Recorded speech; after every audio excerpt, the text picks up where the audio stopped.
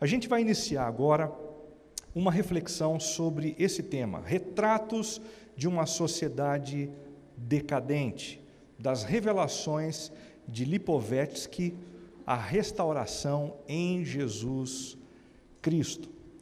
Introduzindo o assunto, uma das paixões mais evidentes em nossa cultura é a paixão por fotografia. E você sabe muito bem do que eu estou falando. Talvez seja por isso que nos nossos aparelhos eletrônicos sempre tem uma câmera. Um telefone celular tem uma câmera.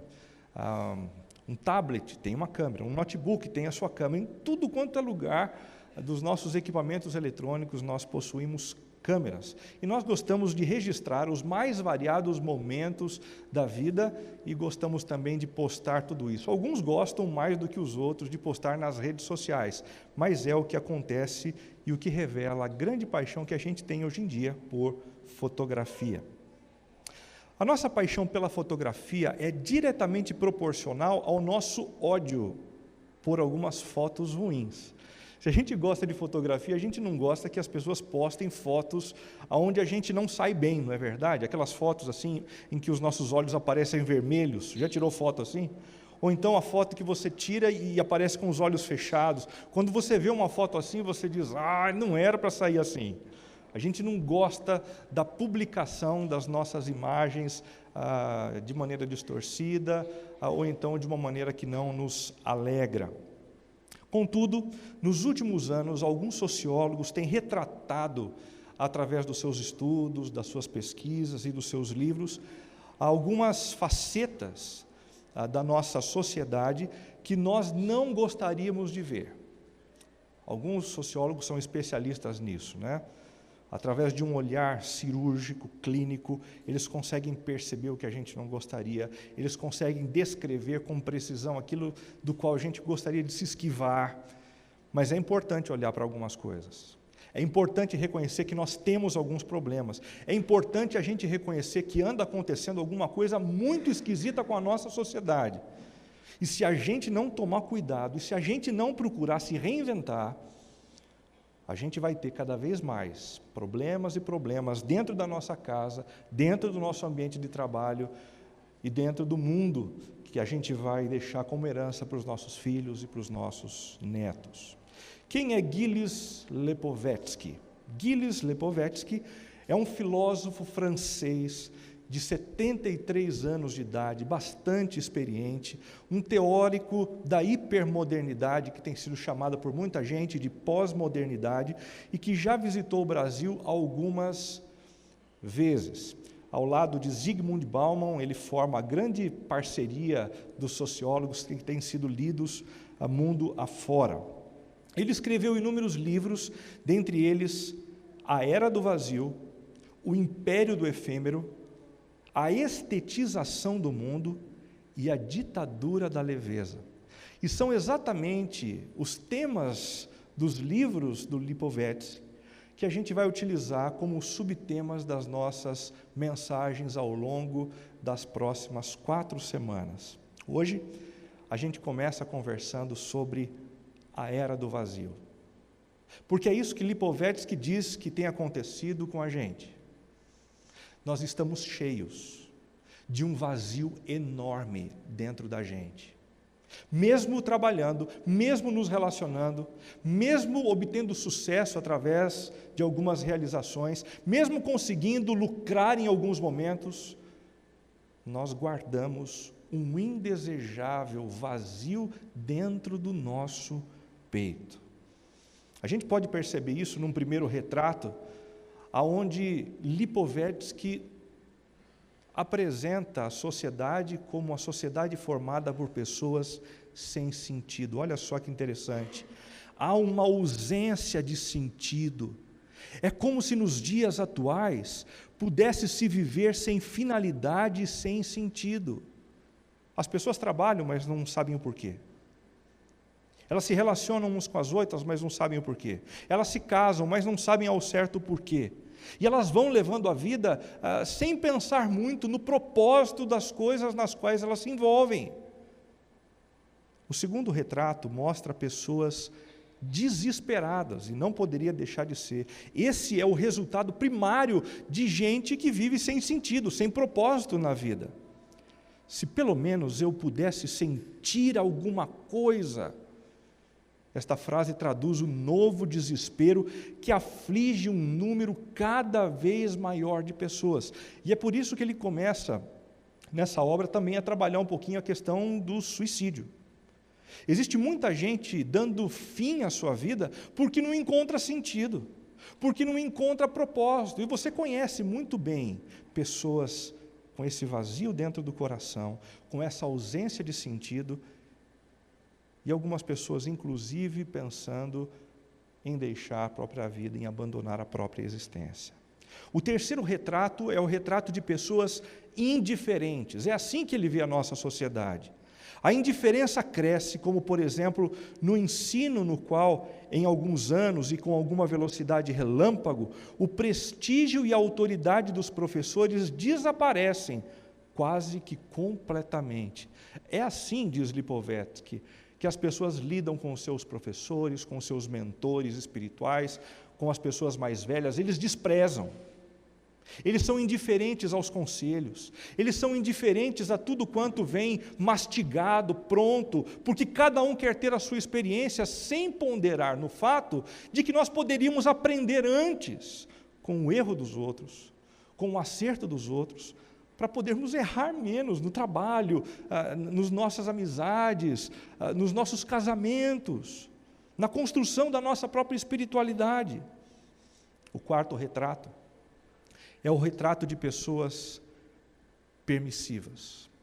Se elas estão vazias interiormente, se elas estão desesperadas no meio desse vazio, são indiferentes a todos aqueles que se apresentam como referencial, o outro passo é de uma permissividade enorme. Quanto mais os indivíduos se libertam das regras e dos costumes em busca de uma verdade pessoal, mais seus relacionamentos se tornam fratricidas e associais. Isso aqui é muito interessante. O que ele está dizendo é o seguinte: como a nossa sociedade abomina as regras, abomina as leis, e cada um quer viver conforme o seu próprio nariz, conforme a sua própria vontade, conforme os seus próprios desejos, isso tem desembocado em relacionamentos fratricidas. O que significa essa palavra portuguesa? Relacionamentos que conduzem à ruína.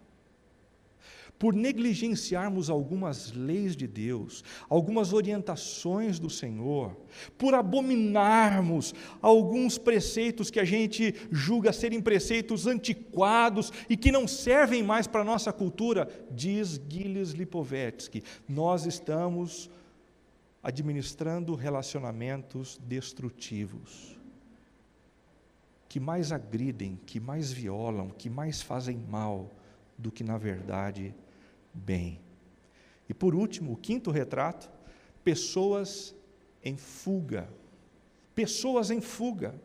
Por todo lado a solidão, vazio, dificuldade de sentir, de ser transportado para fora de si mesmo. Daí uma fuga para as experiências que apenas produzem a busca de uma experiência forte. A nossa sociedade está cheia de gente vazia. A nossa sociedade está cheia de gente que não tem propósito para a existência. E eles então tentam, de uma forma ou de outra, driblar esse vazio, se associando a coisas, a práticas, que pelo menos possam trazer um pouco de alívio. Mas ao invés disso ser proveitoso, isso tem destruído ainda mais o interior da gente. Hoje nós vamos conversar sobre a história de uma mulher que vivia um intenso vazio interior. Eu acredito que a história dessa mulher vai se conectar com a história de muitas mulheres e de muitos homens que estão aqui hoje. E o encontro dessa mulher com Jesus vai nos convidar a uma revisão de vida e a um preenchimento que traz a alegria de volta, que traz o sentido de volta para a nossa existência. Acompanhe essa leitura. Os fariseus ouviram falar que Jesus estava fazendo e batizando mais discípulos do que João. Embora não fosse Jesus quem batizasse, mas os seus discípulos. Quando o Senhor ficou sabendo disso, saiu da Judeia e voltou uma vez mais para a Galiléia. Era-lhe necessário, então, passar por Samaria. Assim chegou a uma cidade de Samaria, chamada Sicar, perto das terras que Jacó dera a seu filho José.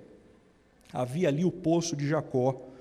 Jesus, então, cansado da viagem, sentou-se à beira do poço.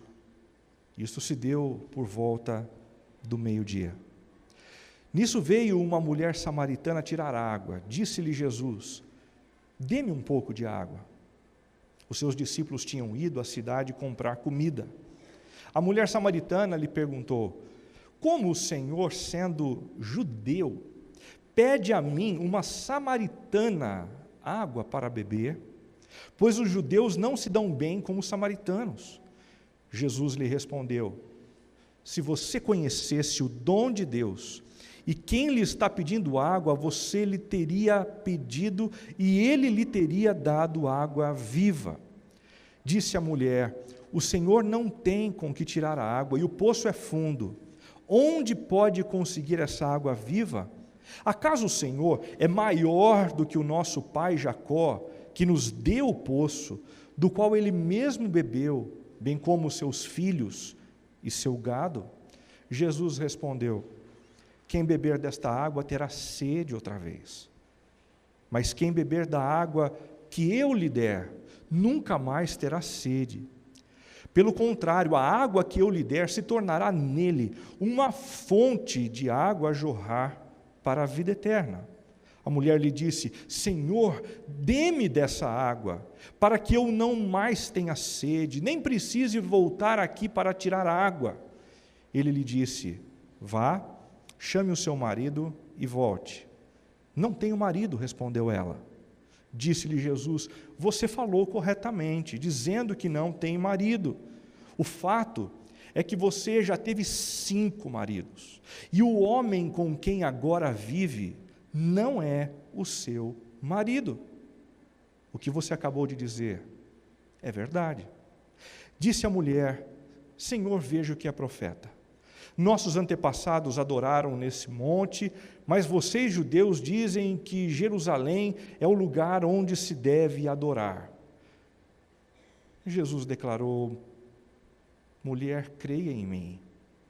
Está próxima a hora em que vocês não adorarão o Pai nem neste monte, nem em Jerusalém.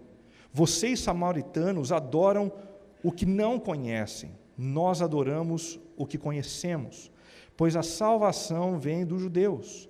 No entanto, está chegando a hora, e de fato, a hora já chegou, em que os verdadeiros adoradores adorarão o Pai em espírito e em verdade.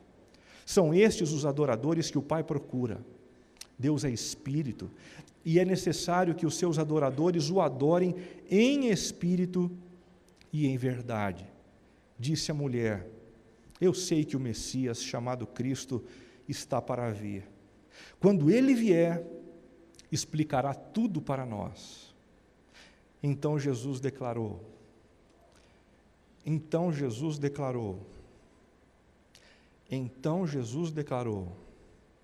eu sou o Messias. Eu sou o Messias. Eu que estou falando com você.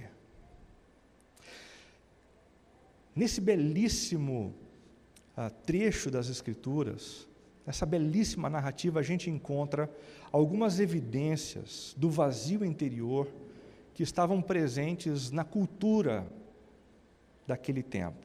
Cultura que a gente pode chamar de cultura do tempo da mulher samaritana.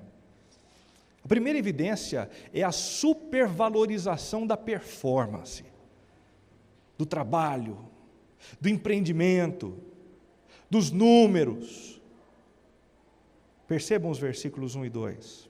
Os fariseus ouviram falar que Jesus estava fazendo e batizando mais discípulos do que João, embora não fosse Jesus quem batizasse, mas os seus discípulos. Os fariseus, grupo religioso daquela época, não estavam preocupados nem com a pessoa de Jesus e nem com a pessoa de João Batista. Eles não estavam preocupados nem com a mensagem de Jesus e nem com a mensagem de João Batista. Eles não estavam preocupados com a vida ou com a mudança de vida daqueles que estavam sendo batizados. Eles só estavam preocupados com uma coisa: com os números. Quem batizou mais? João Batista? Jesus? E fica subentendido no texto: ou a gente? Quem está sendo o grupo religioso mais bem sucedido? Quem tem tido a melhor performance? Esse tipo de busca infindável pela performance evidencia um tremendo de um buraco dentro do peito. Pessoas que não estão cheias de identidade, pessoas que não estão cheias de valor, que não estão cheias do amor de Deus, se preocupam com os números, com a sua performance, e tentam, através da sua performance, edificar a sua identidade. É por isso que os fariseus, eles não apenas oravam, mas eles oravam em público, chamando a atenção. É por isso que os fariseus não apenas contribuíam financeiramente, mas tocavam trombetas para que todo mundo percebesse que eles estavam dando dinheiro. O jogo deles não era o jogo da espiritualidade, mas o jogo da performance, dos números, da aparência, da imagem projetada. Era assim que viviam os fariseus. Hoje em dia é tão diferente? Ou a gente tem percebido pessoas cheias de vazio, também procurando se autoafirmar na sua performance pessoal? A gente percebe isso na correria por formação acadêmica. Formação acadêmica em si não é algo ruim, pelo contrário, é bom. E muitos de nós deveriam sair da sua preguiça e da sua assedia para estudar. Mas, por outro lado, algumas pessoas parecem se dedicar a isso como se isso fosse capaz de preencher o vazio. Isso é doentio, isso é mentiroso, isso não dá certo. No começo do meu ministério, eu trabalhei em Campinas, numa igreja, com alguns jovens, e eu lembro que a maioria dos jovens estudava na Unicamp, e entre eles, a maioria com doutorado, e alguns, não poucos, com o seu pós-doc já estabelecido. Eles nunca tinham trabalhado um dia na vida, mas eles tinham diplomas e diplomas para acumular nas paredes de casa, mas vazios interiormente. Em segundo lugar, pelo sucesso profissional. O que tem de gente por aí tentando tapar o vazio do coração com o trabalho, com a publicação daquilo que faz, com a projeção da sua imagem na mídia, também pela estabilidade financeira. Tem gente que só acredita que a tranquilidade e minimização da ansiedade quando a conta bancária está bem provida. Isso é uma bobagem. A nossa estabilidade não vem do dinheiro. A nossa tranquilidade e a minimização da nossa ansiedade não vem de uma conta recheada de grana. Se assim fosse, os milionários do nosso país não sofreriam de ansiedade, não ocupariam lugar nos consultórios médicos, gastando tempo dos psicólogos. Mas é exatamente isso que nós percebemos. E por último, a supervalorização da performance pode ser percebida na nossa cultura na busca insaciável pelo corpo perfeito, pela juventude que não tem fim. E a gente não precisa gastar muito tempo para dizer que isso é um saco vazio, que não dá para se sustentar, porque quanto mais a gente tenta, o tempo passa e a gente envelhece. E as marcas da velhice são naturais. E para pessoas vazias interiormente, isso é um inferno. É impossível para uma pessoa vazia interiormente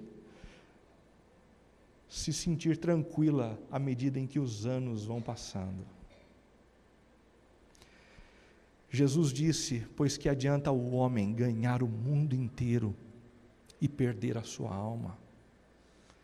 Cuidado para não tentar tapar o vazio do seu coração, empenhando-se profissionalmente na sua beleza, usando da sua performance para construir o seu valor e a sua identidade. A segunda evidência que a gente encontra na nossa sociedade, ou na sociedade da mulher samaritana, para percebermos o vazio que existia ali, é a supervalorização da ascendência. A supervalorização da ascendência. Olha essa história aqui no versículo 9. A mulher samaritana lhe perguntou: como o Senhor, sendo judeu, pede a mim, uma samaritana, água para beber? E o escritor bíblico faz um parênteses para explicar a história para a gente. Pois os judeus não se dão bem com os samaritanos. A sociedade da mulher samaritana era uma sociedade totalmente estratificada. Os romanos se julgavam mais importante do que os judeus. E por isso não lhes davam os mesmos direitos como cidadãos, nem mesmo o direito de defesa dentro de um tribunal. Os judeus, por outro lado, se julgavam mais importantes do que os samaritanos. E por isso, quando um judeu voltava para casa, antes dele colocar o pé dentro de casa, ele se virava para Samaria e dizia assim: louvado seja o Senhor por não ter me feito um samaritano, que a maldição e o juízo do Senhor sejam levados para aquela terra. Aí ele entrava tranquilo para casa. Os samaritanos acreditavam que eram inferiores tanto em relação aos romanos quanto em relação aos judeus. E se fossem mulheres, então, aí o problema era mais sério ainda. É por isso que essa mulher de Samaria se surpreende tanto quando Jesus se dirige a ela. Como é que o Senhor, sendo homem judeu, conversa comigo, que sou uma samaritana mulher? Na nossa sociedade também há uma supervalorização da ascendência por conta do vazio interior que a gente tem. Você quer alguns exemplos? Na distinção pela cor. É um absurdo a gente pensar que em pleno século XXI ainda existam pessoas capazes de se julgarem superiores por conta da cor da sua própria pele. Mas eu e você sabemos que isso acontece. Em segundo lugar, na distinção pelo sexo. É impressionante como, em pleno século XXI, alguns homens ainda se achem superiores em valor às mulheres. E, paralelamente, algumas mulheres, em retribuição ao que sofreram nos últimos anos, tentem se julgar superiores aos homens, por conta do sexo. Em terceiro lugar, na distinção pela nacionalidade. Isso a gente só percebe quando a gente está fora do país. Quando a gente está num outro país, a gente percebe o olhar de desdém de uma cultura para com a nossa. Você já se sentiu assim fora do país? Às vezes a gente dá risada quando a gente ouve, por exemplo, o presidente norte-americano dizendo em alto e bom som que vai construir um muro para separar os gringos norte-americanos dos Yankees lá do México. E a gente ri. Mas os mexicanos não. Os mexicanos sofrem com isso. Na nossa comunidade, nós temos estrangeiros. E nós não podemos nos deixar levar pela tendência social de olharmos para essas pessoas como inferiores. Elas têm o mesmo valor que a gente, eles têm a mesma importância que a gente, eles têm os mesmos direitos na comunidade que a gente, e são discípulos de Cristo, salvos pela graça de Jesus, da mesma maneira que a gente. E por último, na distinção pelo sobrenome. Essa é uma maneira de fazer supervalorização da ascendência que a gente conhece bem aqui em Sorocaba, né? A primeira pergunta que a gente faz para alguém que a gente conhece é: de que família é a sua mesmo? Que família é a sua? Porque a gente imagina que se essa pessoa fizer parte da meia dúzia de sobrenomes da cidade, então a gente está falando de gente distinta. Mas se elas não fizerem parte desse grupo que tem determinados sobrenomes, elas estão fora. Isso evidencia vazio interior. Falta de propósito para a vida. Apego a trivialidades, bobagens, que não levam a absolutamente nada. Em Marcos 8,36, nós temos o seguinte: todos vocês são filhos de Deus mediante a fé em Cristo Jesus, pois os que em Cristo foram batizados, de Cristo se revestiram, não há judeu nem grego, escravo nem livre, homem nem mulher, pois todos são um em Cristo Jesus. Esse texto não é de Marcos, é um texto escrito pelo apóstolo Paulo, onde ele diz: em Jesus a gente não tem mais nacionalidade, a gente não tem mais sobrenome que importe, a única coisa que importa é que nós estamos em Cristo, e em Jesus nós somos um, todos iguais, independentemente da cor, do sexo, das opções que a gente faz na vida, todos nós somos um, em Jesus. A terceira evidência do vazio interior na sociedade da mulher samaritana é a supervalorização da sexualidade. Supervalorização da sexualidade. Jesus é muito interessante, né? Ele se aproxima da mulher e diz assim: vá, chame o seu marido e volte. A mulher respira fundo, sem saber o que Jesus está tentando fazer com ela através daquela pergunta, e responde: eu não tenho marido. Então Jesus diz: eu sei que não tem. O fato é que você já teve 5 maridos, e o homem com quem agora você vive não é o seu marido. O que é que Jesus está tentando deflagrar nesse momento? Ele está tentando deflagrar o fato de que durante anos essa mulher tentou preencher o vazio do coração dela com sexo, porque a cultura dela dizia: se você tiver sexo, você vai ser feliz. Se você tiver experiências picantes, você vai ser feliz. Se você não se negar ao prazer, então você vai ser uma pessoa extremamente contente. Isso tem acontecido na nossa cultura também, não é verdade? A supervalorização da cultura, da sexualidade na nossa cultura, pode ser percebido na supremacia do sexo, por exemplo, em relação à intimidade. A nossa cultura diz assim: não importa se você não conhece a pessoa, se você cruzou com ela no final de semana e bateu o desejo, você tem o direito. Sexo é maior do que intimidade.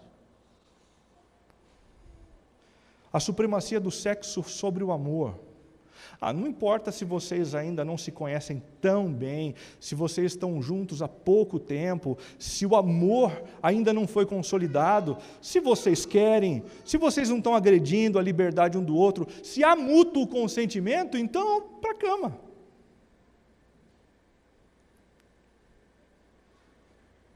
Supremacia do sexo sobre o compromisso. Não importa se há compromisso ou se não há. Não importa se há aliança ou se não há. O que importa é, a gente precisa de uma experiência forte e marcante para aplacar o vazio que eu tenho dentro de mim. Isso é tão esquisito para você? Ou você consegue perceber isso aqui em Sorocaba, onde a gente vive? Ou dentro de você, nos seus sentimentos, nos seus desejos? Por último, a supremacia do sexo sobre a espiritualidade. A nossa cultura diz, o sexo é mais supremo do que a fé. E se a fé e a espiritualidade disserem alguma coisa contrária à minha sexualidade, para o raio que o parta, a minha fé. Porque eu preciso preencher o vazio do meu interior. Porque eu preciso preencher esse negócio que está doendo.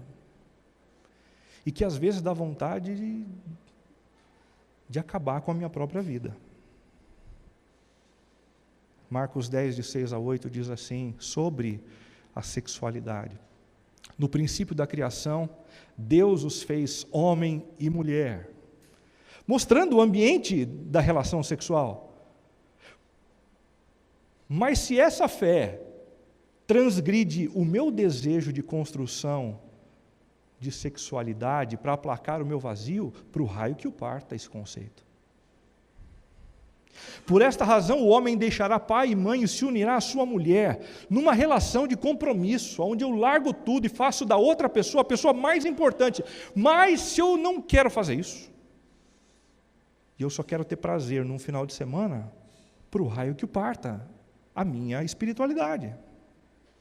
E os dois se tornarão uma só carne, com um relacionamento que começa, mas que não tem fim, é para toda a vida. Ah, mas se eu tenho vontade, eu tenho um vazio para aplacar.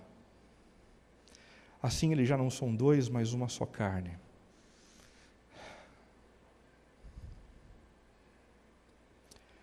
Quarta evidência, a supervalorização da religião.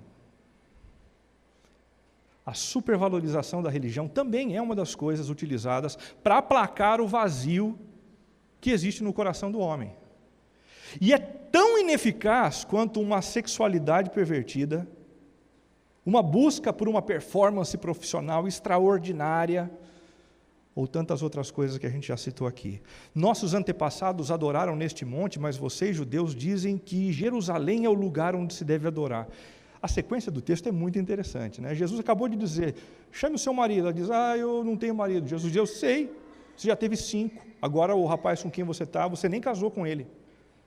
Está tentando trabalhar com uma questão. E ela diz assim, eu sei que você é profeta. E ela começa a falar de uma coisa que não tem nada a ver. Ela muda de pato para ganso o assunto e começa a dizer assim, os judeus adoram em Jerusalém, nós adoramos nesse monte. É uma tentativa de fugir do assunto.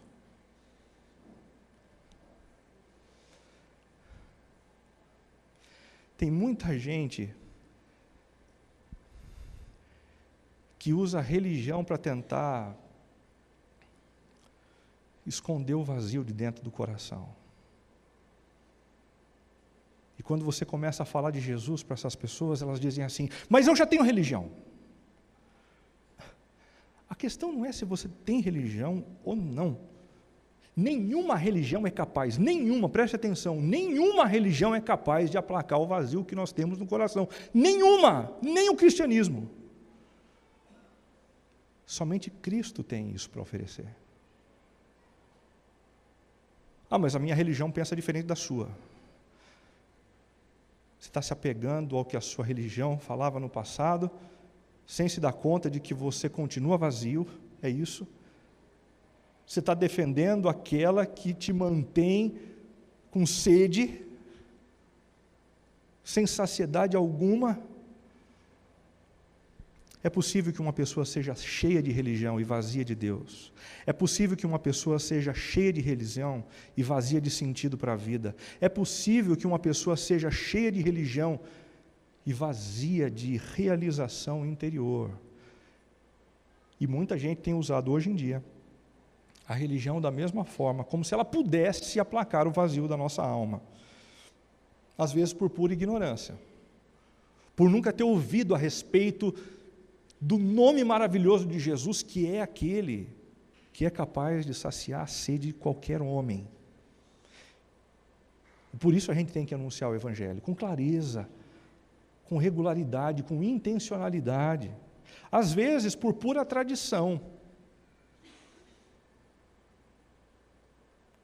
Tem gente que prefere se manter apegado à sua tradição religiosa, porque o meu avô cria assim, porque meu pai cria assim, e porque agora eu creio assim, do que se ligar àquele que efetivamente pode nos curar do vazio interior, e o seu nome é Jesus. Por pura ingenuidade, tem gente que realmente acha que a religião pode fazer alguma coisa, nenhuma pode. E às vezes por pura teimosia mesmo. Por pura teimosia. Jesus, certa vez disse aos seus discípulos: eu sou o caminho, a verdade e a vida. Eu. Não uma religião. Não uma denominação. Eu sou o caminho, a verdade e a vida. E ninguém vem ao Pai a não ser por mim. Ninguém.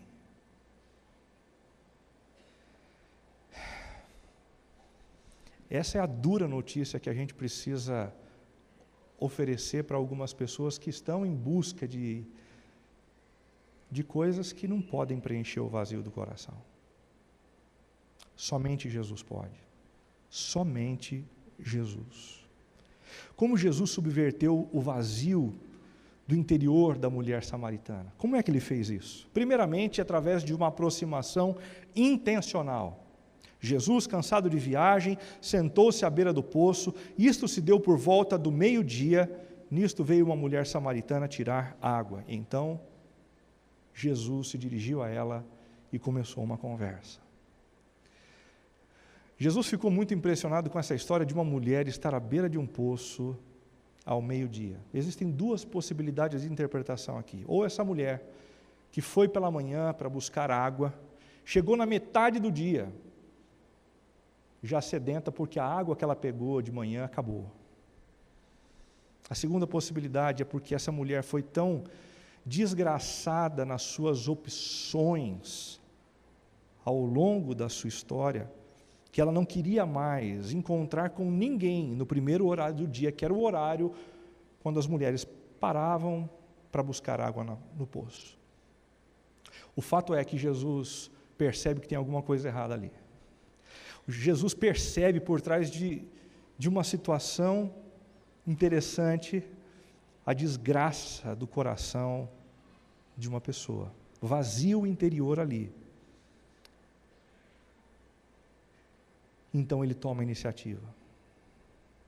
A primeira coisa que eu queria que você saísse daqui com a consciência é de que Jesus não está esperando por você, pelas suas iniciativas, pelos seus passos, pelas suas decisões, para acabar com o vazio do teu coração. Porque Ele é muito mais amoroso do que eu e você pensamos. Ele é muito mais misericordioso do que a gente possa descrever com palavras. Assim como Ele tomou a iniciativa de ir até essa mulher, Ele tem tomado a iniciativa de ir ao nosso encontro. E Ele tem feito isso há um bom tempo. E se você parar para refletir um pouco na sua história, você vai perceber momentos nos quais Ele foi se aproximando de você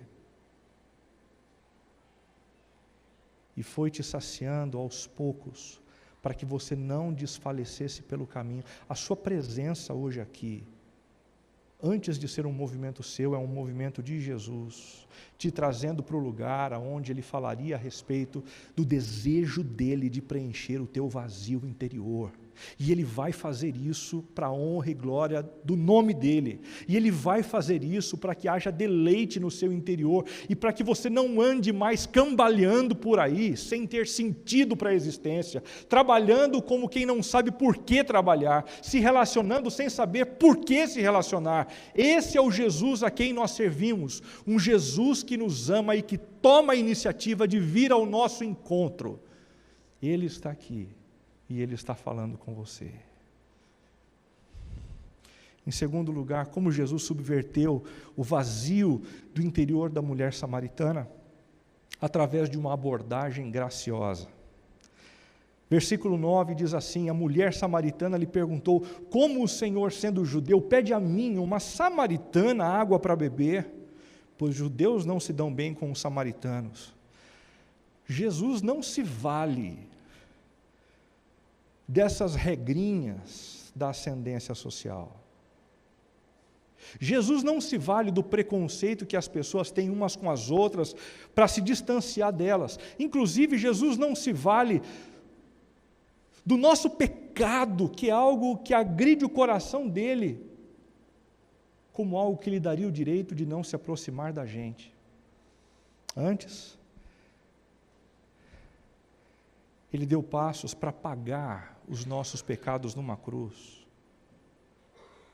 para que, quitadas as nossas dívidas, Ele pudesse então vir na nossa direção sem nenhum tipo de embaraço.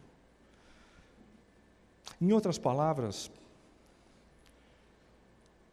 não importa o que você fez da sua vida até aqui, não importa se você deu cabeçadas inúmeras por aí, tentando saciar esse vazio do teu peito. O que importa é que Ele tem dado passos misericordiosos e a abordagem dEle é uma abordagem de graça. Você não precisa fazer nada para merecer isso. Ele se move na minha e na sua direção por conta do amor dEle, por conta da bondade dEle. E quando esse amor chega, tudo muda. Tudo muda. Se você está chegando nessa comunidade há pouco tempo, procure conhecer as pessoas que estão sentadas aqui há mais tempo. Procure conhecer pessoas que já têm uma experiência com Jesus e procure perguntar a elas o que significa viver numa relação de intimidade com esse Jesus. E o que você vai ouvir dessas pessoas da comunidade é algo que vai te encorajar demais a permanecer na busca por esse Jesus que sacia a tudo e a todos. Em terceiro lugar, Jesus subverteu o vazio do interior da mulher samaritana com uma visão contagiante. Uma visão contagiante. Quem beber desta água, diz Jesus, terá sede outra vez. H2O não mata a sede de preenchimento interior. Mas quem beber da água que eu lhe der, nunca mais terá sede. Nunca mais. Nunca mais. E se tornará nele uma fonte de água a jorrar para a vida eterna. O que Jesus está fazendo com a cabeça dessa mulher samaritana é um negócio esplêndido, porque ela está indo buscar água para sobreviver, e o que Jesus está dizendo para ela, o projeto que eu tenho para você é muito maior do que o projeto da sobrevivência.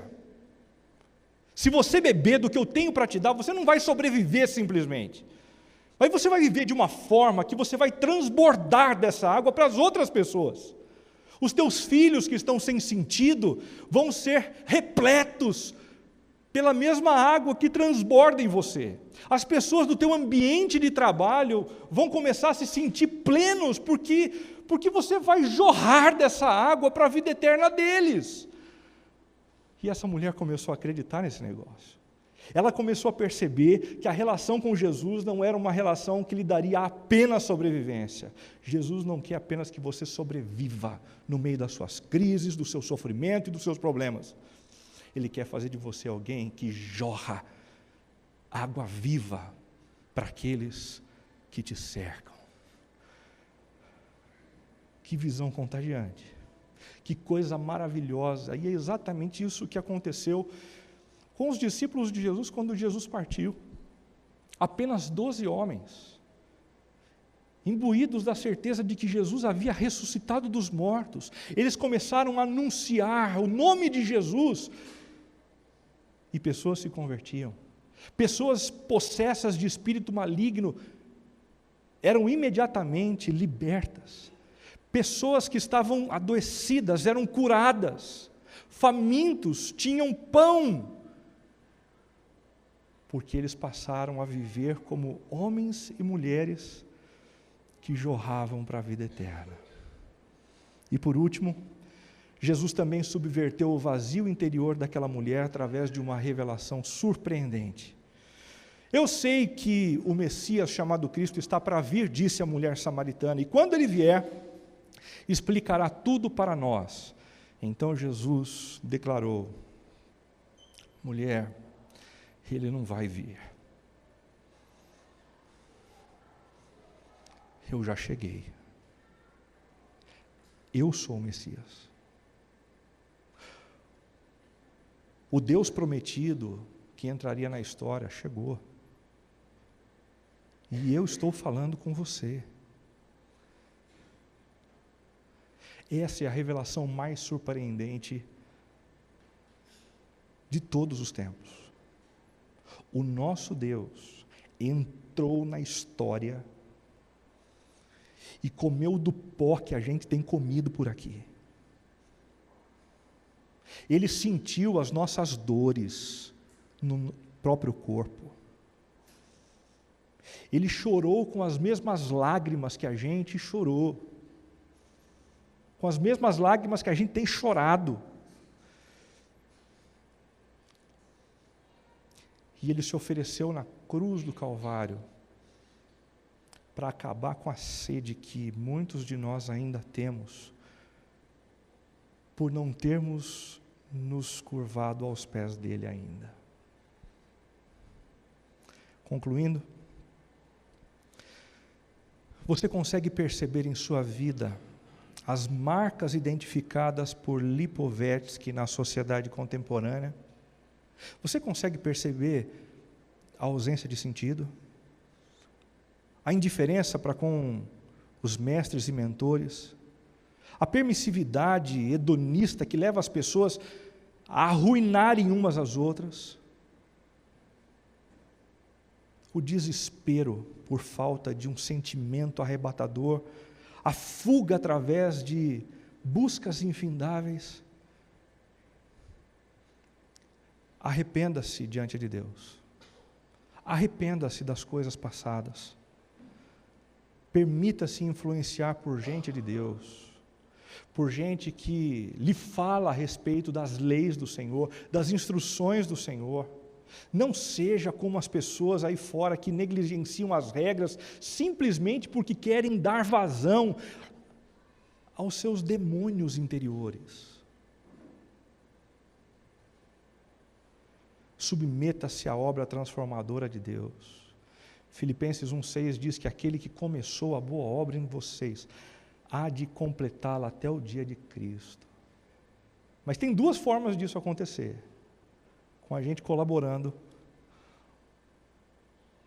ou com a gente se agarrando em toda a cadeira que a gente vê, em todo o tapete que a gente vê, como crianças mimadas que querem viver para si mesmo o tempo todo.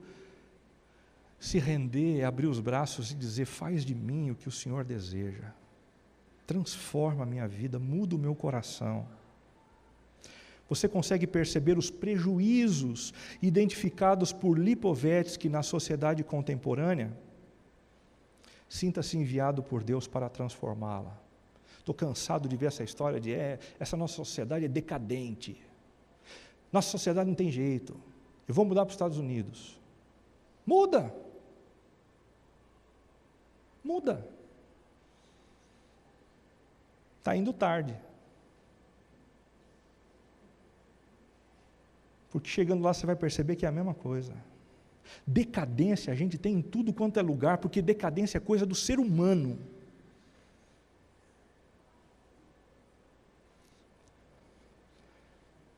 Mas você pode agir de uma forma diferente se você se imbuir da responsabilidade de fazer a diferença. Denuncie a fragilidade da vida sem Deus. O tempo todo você cruza com pessoas que têm estampado no rosto o vazio interior. Está claro, está evidente. Procure mostrar para essas pessoas que há um caminho de preenchimento interior e esse caminho é Jesus. E por último, assuma a responsabilidade de influenciar os seus filhos, seus funcionários, os seus colegas de trabalho. Assuma a responsabilidade, isso é igreja. Igreja não é apenas um grupo de pessoas que vêm a um auditório para adorar a Deus e ouvir uma mensagem que aquece o coração. Igreja é a comunidade dos discípulos de Cristo, enviados em missão ao mundo. Isso é igreja. Isso é igreja. E que a gente viva essa experiência de ser igreja, de uma forma a ver os frutos gradativamente surgindo na sociedade, com as transformações que precisam ocorrer, para que o nome de Jesus seja glorificado acima de todas as coisas. Vamos fechar os nossos olhos?